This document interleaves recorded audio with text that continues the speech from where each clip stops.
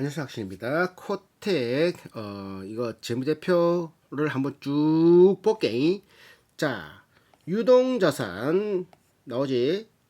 자, 비유동자산 나오지. 자산 총계 나오지. 유동부채, 비유동부채 나오지. 자, 자본 총계 나오지. 부채 자본 총계 나오고 이래 나오는데, 자, 유동자산은 자산은 부채 플러스 자본을 자산으로 간다. 그러면 자산 앞에 유동이 붙으면 1년 안에 현금을 바꿀 수 있는 것들, 매출 채권, 일해주고 돈 받는 거, 재고자산, 말로 재고도 재고, 현금 및 현금, 석 달 안에 현금으로 바꿀 수 있는 거. 자산에 비유동이 붙으면 유동이 무슨 뜻이고 한문으로 흐를 유, 동동주 동, 이제 이게 흐른 안일비 맞지?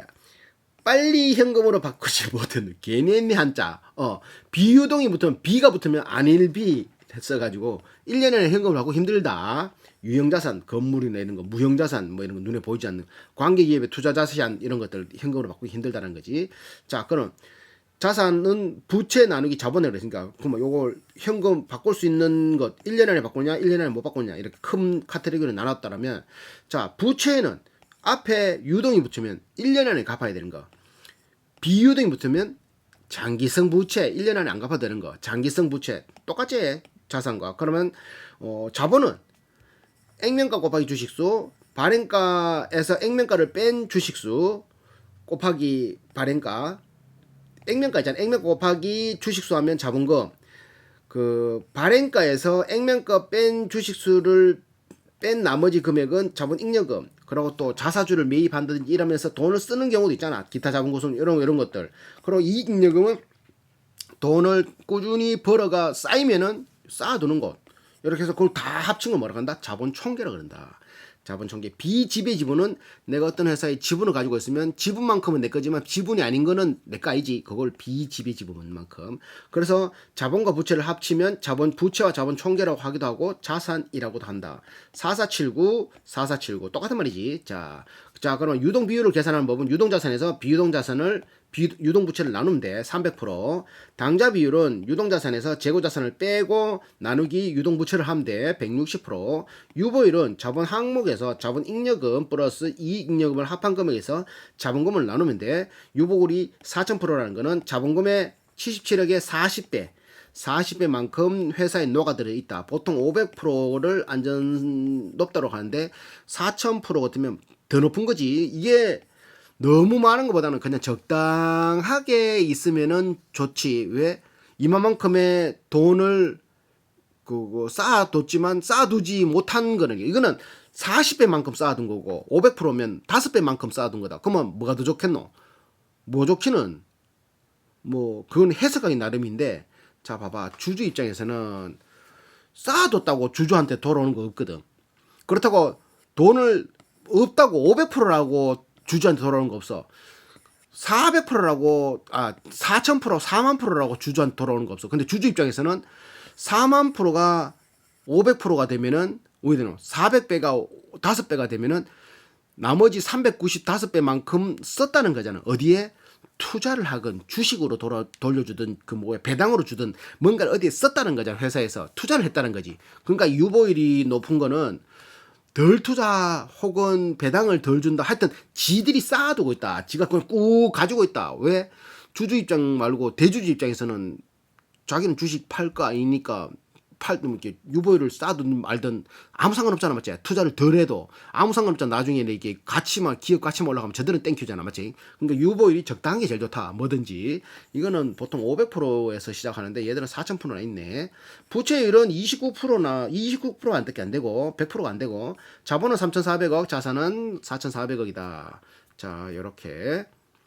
자, 재무제표를 이제 상태표를 보면 현금성 자산이 93억에서 343억으로 증가, 매출 채권이 725억에서 1100억, 매출 채권이 증가했다는 건 일해주고 돈 못 받는 게 증가했단 말이잖아. 이만큼 300억만큼 400억만큼 못 받았던 소리잖아. 그러면 얘들이 얼마 만에 돈을 받는지, 그리고 얼마의 확률로 돈을 못 받는지만 확인하면 된다. 예를 들어 내가 미리 봤는데 한 6개월 안에 이게 98% 가까이 돌아오고 한 100개 중에 한 3개, 4개, 2-3개, 3개 정도가 못 받고 다 받는 거예요. 그러니까 6개월 안에 이게 다 현금으로 돌아온다는 소리지. 자, 재고자산은 1000억에서 1500억, 500억이나 증가했네, 맞지? 자, 이 회사 뭐 이렇겠노? 주문 오더를 받아서 메이크를 한다 그랬잖아. 오더 오브 메이커. 오더 오브 메이크 투 오던가? 하여튼 OTM인가? 하여튼 그게 있잖아. 그러니까 주문이 들어와야 물건을 만들기 때문에 재고가 있다라는 거는 뭐다? 주문이 들어왔다. 맞지? 만들고 있는 것도 재고고, 만들고 있는 것도 재고고, 만드는 중도 재고고, 그 원자재도 재고고, 다 재고로 치니까. 자, 이 재고 자산이 늘어났다는 거는 회사 구조상 주문이 들어와야 한다. 얼마 전에 했던 솔루엠도 주문이 들어와야 만드는 거. ELS 만드는 거. 뭐 CS 윈드도 주문이 들어와야 파이프를 갖다 줄까 이가 맞지? 주문도 안 들어왔는데 미리 만들어 놓으면 나 이거 필요 없는데 이렇게 봉기하나 맞지? 이런 거 괜찮은 거지. 늘어나는 거 아무 문제 없다. 비유동 자산에서 9억이던 비유동 당기손익 공제가치 측정 금융자산이 17억으로 됐고, 뭐 이건 너무 작으니까 외상가 매입 채무 외상값이 330억에서 425억, 단기 차입금이 200억에서 450억 요게 증가했고, 유동 판매 보증 충당 부채 이건 덩어리 작으니까 패스, 덩어리 작은 거는 패스. 자, 이렇게 돼 있다. 자, 그래서 매출 걸 보니까 매출액 3,100억에서 원가가 차지하는 비율이 잘 안 보이네. 원가가 차지하는 비율이 이렇게 놔두자. 자, 원가가 차지하는 비율이 한 83%. 그래서 매출 총이익이 나오잖아. 매출에서 원가를 떼면 매출 총이익 16.9%네. 거기에서 판매비 관리비를 떼야 돼. 11%를. 그러니까 영업이익이 다 떼니까 4.9%의 영업이익률이 나오더라. 영업이익이란 말은 뭐다? 돈을 버는 행위로 인해서 원가 떼고 판매비 관리비를 떼면은 나오는 이익. 근데 영업이익 외에 다른 이익이 발생할 수 있지. 어떻게? 내가 회사에서 돈을 벌다가 쌓아둔 돈으로 은행에 예치할 수 있고, 그러면 이자 나오잖아. 그러면 그거를 금융이익 혹은 기타 이익으로 잡힌단 말이야. 그래서 영업이익과 상관없는 기타 수익이 12억 들어왔고, 그것과 상관없는 비용이 1억 3천 나갔고, 금융수익이 272억 들어왔고, 비용이 66억 들어왔고, 금융수익이 272억 들어올 수밖에 없는 게 뭐다? 얘들은 평상시에 부채율이 나르니까 은행에 빌리는 게 적어서 은행에서 빌리는 게 적어서 이자 주는 건 별로 없고 자기들이 돈 굴리는 게 강하다라고 볼 수 있는 거지. 그래서 금융 수익이 272억이 들어오고 비용이 66억 들어왔다. 그러니까 부채율 높은 회사는 이게 반대로 되겠지. 왜? 이자를 많이 줘야 되고 자기들이 돈 굴리는 적고, 근데 얘들은 부채율이 29%밖에 안 되니까 돈을 굴려서 272억의 수익이 발생됐고 이자 비용은 한 66억 정도 되었다. 이런 것들. 자, 그래서 단기 순이익이 9.7%. 9.7% 나왔네. 잠깐만. 이거 그러면 요거는 PR 계산하는데 조금 에러가 될 수 있다. 영업이익률로 계산하는 게 맞겠다, 맞지? 영업이익률이 159억 몇 프로였나? 159억. 영업이익률 159억 대비 곱하기 2를 하면은 요거는 단기 순이익이 310억 났다, 맞지? 야, 이게 금융 수익이 일정하게 계속 들어오는 게 아니라 얘들 환율 떨어지면은 그 환율이 올라가면 10% 올라가면 131억, 환율이 떨어지면 131억 까먹거든. 그러니까 요거 금융 수익은 랜덤적인 플러스 알파적인 요소로 봐야 되거든. 그래 되면은 EPS가 지금 EPS가 얘들이 2178원이 나왔어. 2178원 1년 예상하면 한 2900원 나왔는데 여기서 한 40-50% 정도 나온다 치고 한 1800원 정도 나오네. 그럼 PR 3.3배인데 곱하기 2를 하더라도 6. 그래도 싸네. 2900원을 잡으면은 PR이 3.3배 나오거든. 근데 요 곱하기 2, 요거 나누기 2나 PR 곱하기 2나 똑같은 수치니까 그 EPS를 반동안이 낮다 하더라도 PR은 6배 정도 나온다. 수출이 이마에 하는데 그래도 싸다, 맞지? 자, 그러면 영업이익률로 한번 계산해 볼까? 영업이익은 기타 금융수익 이런 거 뺐으니까 159억 3분기니까 355 한 200억이라 잡고 200억이라고 잡고 시총 1494 나누기 200은 7.4. 그래도 PR 7. 영업이익으로 해도 7 정도 나온다. 7. PR 7.4면은 싼 거 맞다. 맞지? 싼 거 맞다. ROE는 11% 나왔고 PG 수치로 봤을 때는 20년, 21년이 적자라서 계산 안 했고 PSR은 매출 시총 대비 시총 나누기 매출을 해서 나오는 수치인데 0.35. 2가 대기업이고 3이 중소기업이고 바이오 기업은 8이라고 한다라면 얘들은 0.35면 거의 뭐 PSR 수치로는 굉장히 싸다고 볼 수 있는 거지. GPA 매출 총이익 나누기 총자산값이 16%. 매출 총이익에서 총자산값을 나눈 매출 총이익에서 총자산 비율이 수익 비율이 16%. 높이면 높을수록 좋은 거지. 자, 요렇게 나왔다. 싸다 맞지? 자, 요렇게 넘어가고 또 그 영업활동 현금 흐름을 보면은 영업 돈을 벌면서 현금이 흘러가는 흐름표가 마이너스 438억 35억이 3분기도 291억 뭐 35억이 34억이는 20년 21년은 코로나 팬데믹이니까 뭐 마이너스라고 감안하더라도 올해는 또 왜 그럴까를 한번 봐야 되겠지. 영업활동이라는 자산 부채의 변동이 422억 순이익은 270 몇 억이었잖아, 맞지? 자, 그럼 요거만 따로 한번 들어가서 보자. 자, 영업이익 활동 이건가? 판매비 관리비 영업이익. 자, 영업이익 요건가? 어디나? 자, 이건가? 현금 흐름표. 분기 순이익이 310억. 외화 환산이익 들어와야 되는 게 130억 안 들어왔고 요거는 요 넘어가고 요 운전 자본의 변동에서 749억이 까먹었거든. 매출 채권 돈 못 받은 게 309억. 뭐 이거는 감안한다 하더라도 재고 자산이 증가. 그러니까 얘들은 매출 채권과 재고 자산이 한 770억 정도 증가해서 재고 자산이 증가했다는 건 이만큼 돈 못 받았다는 거고 매출 채권이 309억 증가했다는 건 이만큼 돈 못 받았다는 거잖아. 아까 말했다시피 매출 채권은 뒤에 가면 그거 한번 또 찍겠지만 내가 먼저 봤는데 98%가 6개월 안에 돈을 받고 100개 중에 한 3개 정도를 돈 못 받는 확률이거든. 그러니까 이건 다 받는다 보면 돼. 재고 자산은 얘들 사업 성향상 주문이 들어와야 물건을 만들기 때문에 이 재고가 있을 수가 없는 거지, 맞지? 자, 그러고는 나머지는 수치가 적으니까 큰 문제는 없다, 맞지? 충당 부채 감소 뭐 20억 이런 건 의미 없으니까 그래서 요게 마이너스 422억이다. 충분히 그려지는 환경이지, 맞지? 자, 요렇게 충분히 422억 요거 430억은 마이너스 된 거는 충분히 그려진다. 하지만 현금이 흘러가고 있진 않다. 하지만 돈 못 받은 건 아니다. 돈 못 받는 건 아닌데 현금이 흘러가진 않고는 있다. 돈이 조금 늦게 들어온다. 꼬박꼬박 받는다. 요렇게 이 정도까지만. 근데 얘들이 올해에 EB를 발행하고 CB를 발행했거든. EB는 뭐고? 익스체인지 본드. CB는 컨버터블 본드. 컨버터블은 그 오픈카, 세단, 오픈카, 세단 이런 식으로 변환시킨다라는 거고 EB는 교환해준다라는 거거든. 기존 주식을 기존 돈을 주식으로 교환해준다는 거거든. 기존에 있는 주식을 가지고 교환해. EB는 그렇고 CB는 새로운 주식을 만들어서 준다는 거고. 그리고 BW는 신주 인수권 부사채는 CB 기능에서 플러스 새로운 주식을 살 수 있는 권한까지 준다는 거. 그러니까 BW가 제일 안 좋은 거고 그 다음이 CB 그 다음이 안 좋은 게 EB. EB는 있는 주식을 주는 거니까 뭐 있는 거 저들 거 대주주 거 주든지 뭐 회사주로 사놓은 거 주든지 하면 되는 거니까 주식수가 불어나지가 않는데 CB나 BW는 주식수가 불어나는 거지. 그래서 짜증나는 거지. 자, 투자활동 현금으로는 123억이 플러스.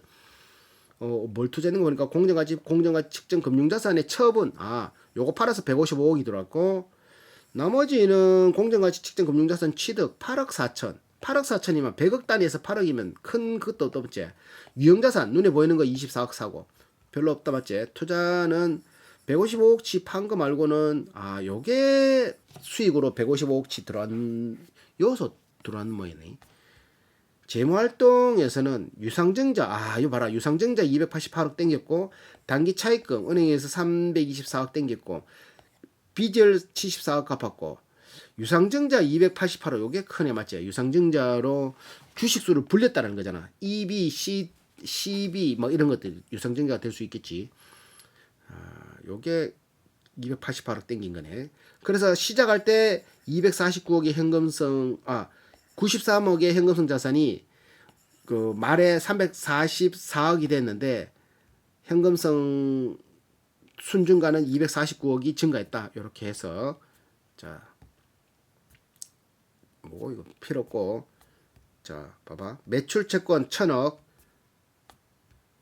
단기 차익금 450 필요 없고 매출 채권의 대손 충당금이 1000억에 13억이면 얼마 나오겠나? 몇 프로 안 나온다니까. 13 나누기 1056은 1% 손실 충당금이 1% 정도 설정돼 있다고. 1% 매출 채권 1% 뭐다? 100개 중에 한두 개. 그러니까 못 받을 확률이 거의 적다라는 거지. 그러고 회수되는 게 미연체 돼 가지고 돈이 바로바로 갚는 게 1056억 중에 89%가 미연체 시기 안에 들어오고 6개월 안에는 90 몇 프로를 쏙 들어오고 막 그런 거다. 자, 또 바로 빠르게 넘어가면 자, 재고 자산 중에 제품 616억, 전기에는 300억이지. 2배 증가했지.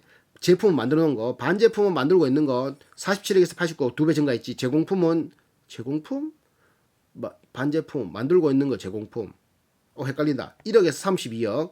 그리고 원재료가 647억에서 778억.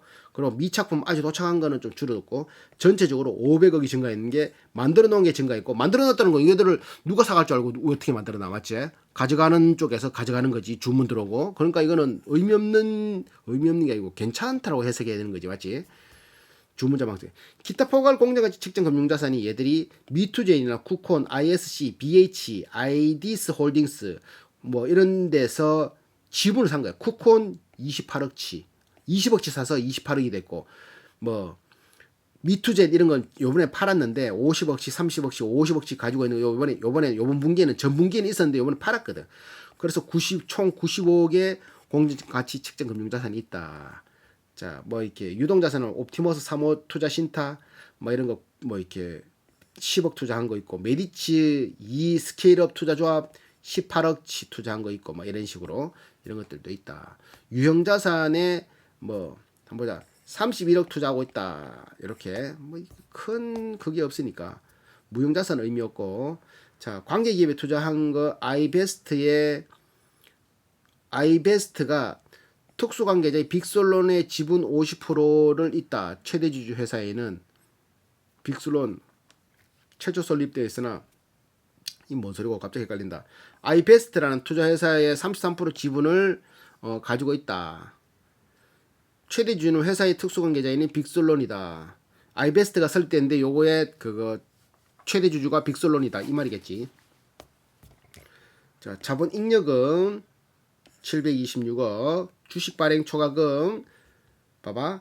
발행 주식수 액면가 곱하기 주식수 하면은 자본금이 나오고, 자본금 항목이고, 이건 자본 항목. 자본 잉여금은 액면가에서 주식수만큼 뺀 나머지 발행가에서, 발행가에서 액면가 곱하기 주식수만큼 뺀 나머지 금액은 어디 들어온다? 자본 잉여금에 쌓인다. 자본 잉여금에서 뭐가 쓸 수 있다? 이거 주식 처분이 그리고 이건 주식 발행 초과금은 방금 발행가에서 그거 자본금 뺀 거고 기타 자본 잉여금 이런 거 들어오고 그리고 또 뭐 있노? 이거 없네. 자사주 기타 자본 구성 요소에는 자기 주식수 자사주를 산 거는 이제 마이너스로 표기하고 이런 식으로 돼 있다. 토지 재평가 뭐 이런 걸 하니까 다시 들어오고 뭐 이런 것도 있고 이익 잉여금은 쌓여서 돈이 이익이 된 걸 그냥 그대로 쌓아둔 거 현금 흐름표 아까 봤던 거고 재고자산 변동 비용의 성격별 분류 원가 플러스 판관비 요번에 재고를 482억치 썼고 원재료 사는데 2,700억 썼고 전분기에는 760억 썼어. 있는 재고 328억치 썼는데 760억 샀는데 이번에는 2,700억을 원재료와 상품 매입액에 썼다. 뭐다? 얘들은 주문자 생산이기 때문에 만든다라는 거는 주문이 들어왔다고 봐야 되는 거죠. 맞지? 자, 판매 보증비 상승했고 운반비 50억에서 110억으로 상승했고 직업수수료 기름값 올랐으니까 40억에서 49억 상승했다. 이렇게 판관비 급여 올랐고 53억으로 복리후생비, 교통비, 감가상각비, 보험료 올랐고 운반비 거의 2배 가까이 올랐고 판매 보증비 2배 가까이 올랐고 경상개발비 비슷하지만 올랐고 수수료 30억에서 35억 올랐고 그래서 총 판관비가 272억 나가는 게 381억으로 증가했다. 특히 급여가 53억으로 42억이 있는 게 53억. 사람을 더 썼던지 했겠지 맞지? 급여가 확 올라왔다는 거는. 자, 금융수익. 얘들이 그래 금융수익이 외환차익, 외화환산이익에서 260억이 들어간 거예요. 그러니까 이게 지금 환율이 올라서 얘들이 이제 외환으로서 차익이 발생 130억, 10% 오르면 130억 그거 수익을 얻는다 그랬잖아. 만약에 환율이 떨어지잖아. 지금 1,300 얼마잖아. 1,200억, 1,100원대로 떨어지면 이 안전자에서 이만큼 까먹는다는 소리와 같단 말이지. 자, 자비익은 11억 들어왔다. 그러니까 의미 없다 저런 것들은. 지역별 매출을 보면은 국내 매출 전분기에 190억 올릴 때 이번에 231억, 북미 매출 800억 올릴 때 2100억 엄청나게 상승했지. 아시아 매출 190억 올릴 때 300억, 유럽 매출 250억 올릴 때 483억, 합 1,400억 올릴 때 3,189억의 매출을 했다. 근데 전분기 비교하기는 애매한 게 전분기는 코로나 팬데믹 상황이니까 의미 없다 맞지? 자, 그리고 뭐 빌려준 거 이건 필요 없고. 자, 배당 20년까지 20년 연속 결산 배당을 실시하고 있던 회사 5년 평균 배당금은 2.2% 정도 된다. 얘들 보면 2004년부터 2015년까지 주식 매수 선택권, 주식 매수 선택권, 주식 매수 선택권은 뭐다 하노? 스톡 옵션이라는 거지. 스톡 옵션이야 주식 매수 선택권 행사. 주식을 매수할 수 있는 선택 옵션. 주식을 살 수 있는 권한을 주는 거를 준다. 어떤 뭐 회사에 입사한 사람 2년 이상 되는 사람한테 살 수 있는 권한을 주고 샀을 때는 뭐 5년간 못 팔아야 되고 5년 전에 퇴사하면 회사에 또 반납해야 되고 이런 뭐 자기를 건다니까. 자, 그리고 2007년에 유상증자 한번 3자 배정 누구를 딱 찍어서 배정하고 160만 주. 자, 그리고 15년에 유상증자 주주 배정 이 괜찮지. 주주 배정은 주주들한테 먼저 우리 250만 주 풀 테니까 액면가는 500원인데 발행가는 11,000원에 11,000원 맞지? 발행가. 그러니까 11,000원에서 500원만큼 뺀 거는 어디 들어간다? 자본금. 11,000원에서 500원을 뺀 나머지 금액은 자본 잉여금으로 들어간다고. 그러니까 요 발행가 11,000원에 샀으면 지급 얼마고? 얘들 줄까? 11,000원인가? 똑같네. 비슷한가? 그런 식의 자본금이 쌓인다. 근데 22년 올해에 CB하고 이런 게 발행했거든. 그게 문제란 거지. 매출채권 대손 충납률은 1.38%, 21년도에는 2.97%, 20년도에는 3.5% 정도는 못 받는 확률이 있었고 6개월 안에 그 매출채권 회수율이 98%다 된다. 그 재고는 전체 매출 34%, 1,500억인데 2.7회분. 그러니까 한 160일, 150일에 한 번씩 재고가 소진된다. 아니다. 365 나누기 2.75는 130일에 한 번씩 재고가 소진된다고 볼 수 있는데 아까 또 봤다시피 산업용 디스플레이다 보니까 주문이 들어와야 물건을 만든다. 주문도 안 들어왔는데 제품을 만들어 놓을 수가 없다. 맞지? 제품이 쌓였다는 거는 주문이 들어왔다고 봐야 되는 거지. 자, 또 뭐 있노? 연도별 불용 재고 폐기 현황. 연도별로 재고도 폐기하는 것도 있잖아, 맞지? 생물 재고 같은 경우는 시간이 지나면 썩기라도 하지만 이런 이게 뭐 화학 성분으로 이게 뭐 이렇게 화학재, 이렇게 산업재다 보니까 썩고 이런 거는 좀 덜한데 오래 가는데 그래도 유행 빠지든지 아니면 이렇게 폐기할 수도 있잖아, 맞지? 그게 보니까 21년도에 15억, 21년도에 14억, 22년도에 3분기인데 한 5억. 얼마 폐기 안 한다, 맞지? 전체 재고가 1,500억 중에 어딨노? 재고가 1,500억, 1,000억 중에 14억, 5억이면 높은 수치는 아니다 맞지? 그렇게 돼 있다. 재고자산 폐기율은. 대주주는 아이디스 홀딩스고 32% 지분. 아이디스 홀딩스의 대주주는 김영달 32.8%. 아이디스 홀딩스는 다른 회사를 지배하는 주된 목적이고 그러니까 지주회사란 말이지. 별도로 자기들이 돈 버는 행위를 하지 않는다. 수익원은 임대수익, 배당, 그리고 용역 수익으로 돼 있다. 그리고 이 아이디스 홀딩스를 12년에 코텍 계열사를 편입하고 12년에 HD 프로 계열사를 편입하고 HD 프로를 코스닥 상장하고 HD 프로를 17년에 계열사를 탈퇴시키고 17년에 빅슬론을 계열사로 편입하고 그리고 20년에는 IDP를 코스닥 상장하고 21년에 아이베스트 계열 회사에 편입하고 그리고 21년에 KT 파워텔, 아이디스 파워텔이거든요. 이게 아이디스 파워텔 어디노?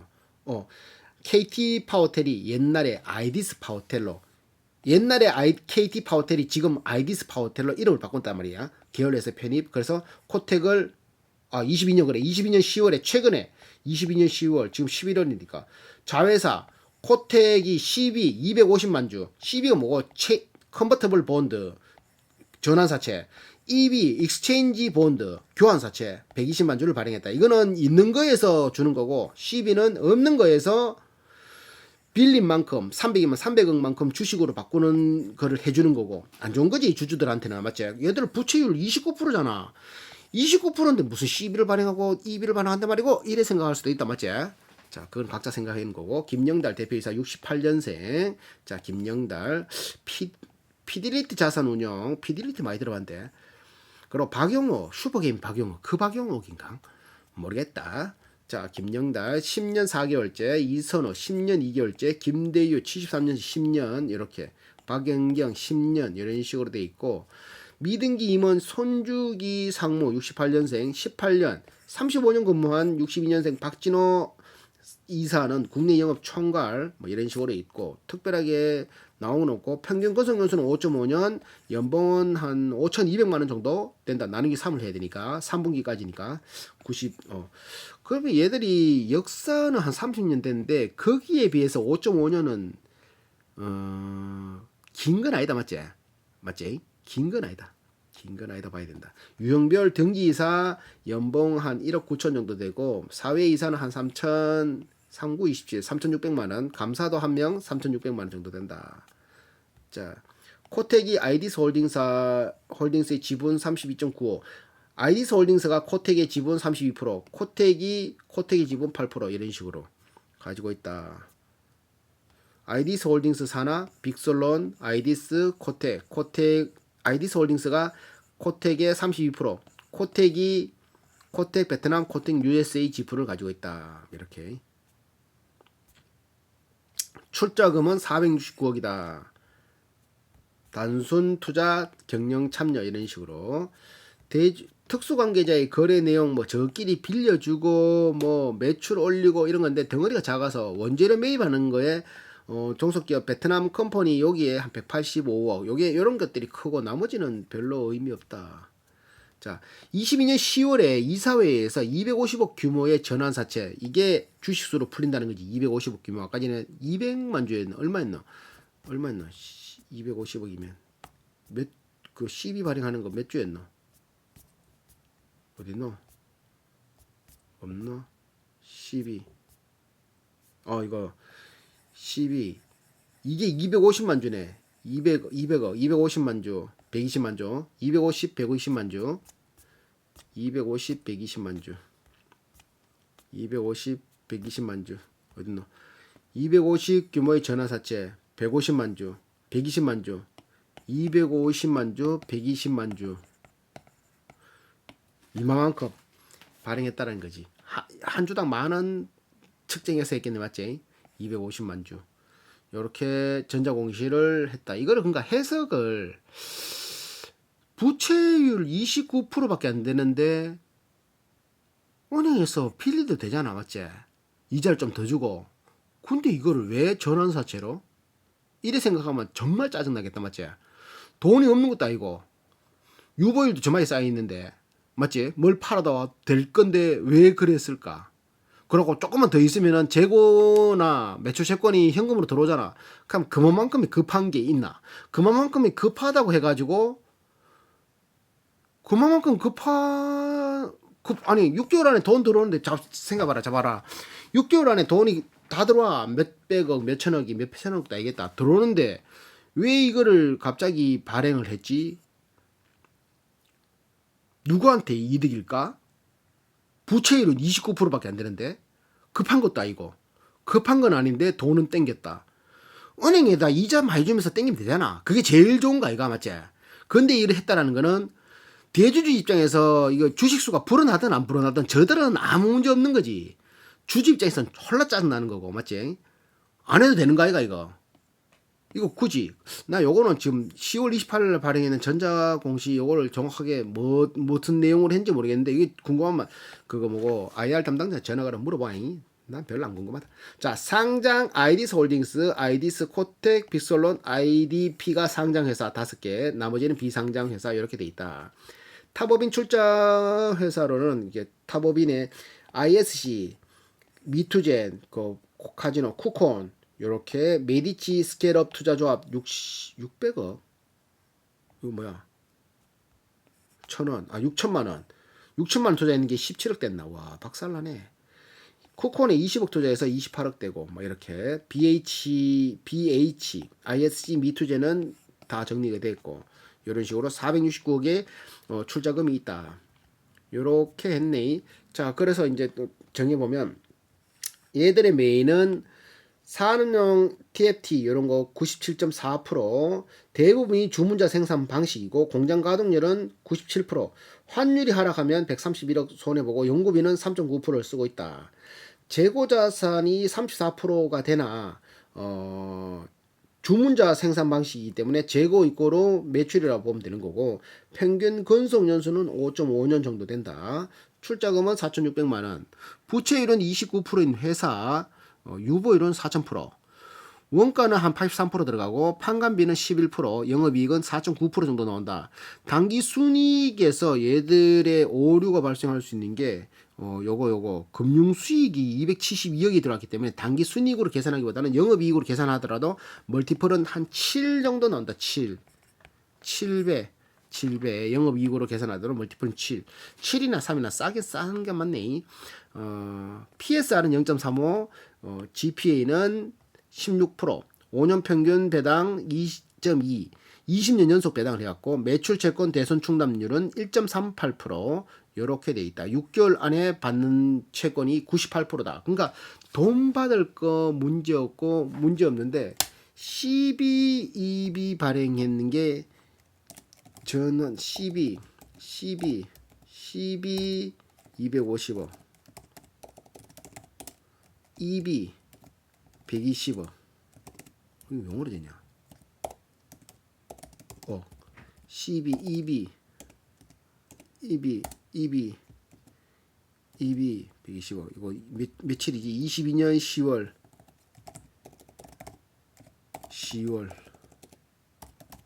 요게 문제네. 요거를 해석을 각자 알아서 잘해야 되네. 이때까지 이런 적이 한 번도 없었는데 요거를 했다. 왜? 맞지? 네이버금융 하고 마무리는 마무리로